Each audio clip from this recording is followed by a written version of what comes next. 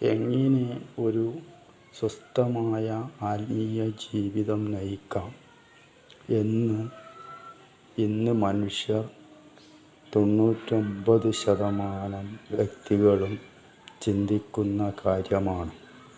ഒറ്റ ഉത്തരത്തിൽ ഇതുമാത്രമേ പറയാൻ കഴിയൂ: മഹാദേവനിൽ ശരണം പ്രാപിക്കുക. ഗൃഹം ആത്മീയ അന്തരീക്ഷത്തിൽ സൂക്ഷിക്കുക. ഗൃഹം ശുദ്ധിയും കിടപ്പുമുറിയും പൂജാമുറിയും ആത്മീയ അന്തരീക്ഷത്തിലും ശുദ്ധിയോടും കൂടി അടുക്കും ചിട്ടയിലും സൂക്ഷിക്കുക.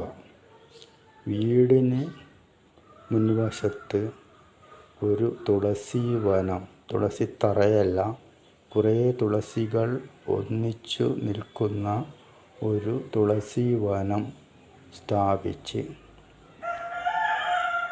അതിനു മുന്നിൽ സന്ധ്യാനേരത്ത് ഒരു മൺവിളക്കിൽ ഒരു തിരിനാളം തെളിച്ച് വീടിൻ്റെ ഉമ്മറത്ത് വിളക്ക് നോക്കി ധ്യാനനിരതനായി പഞ്ചാക്ഷരി മന്ത്രം ജപിക്കുക. ഓം നമഃശിവായ എന്ന് 108 തവണയെങ്കിലും ജപിക്കുക. സ്മരണയോടെ, മഹാദേവ സ്മരണയോടെ കുറച്ചു സമയം ഇരിക്കുക.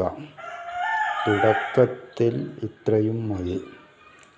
സന്ധ്യാനേരത്ത് പൂജാമുറിയിൽ ശിവപാർവതി കുടുംബത്തിൻ്റെ ഫോട്ടോ വച്ച് ഭക്തിയോടെ വിളക്കു തെളിയിച്ച് ധ്യാനനിരതനായി നിൽക്കുക.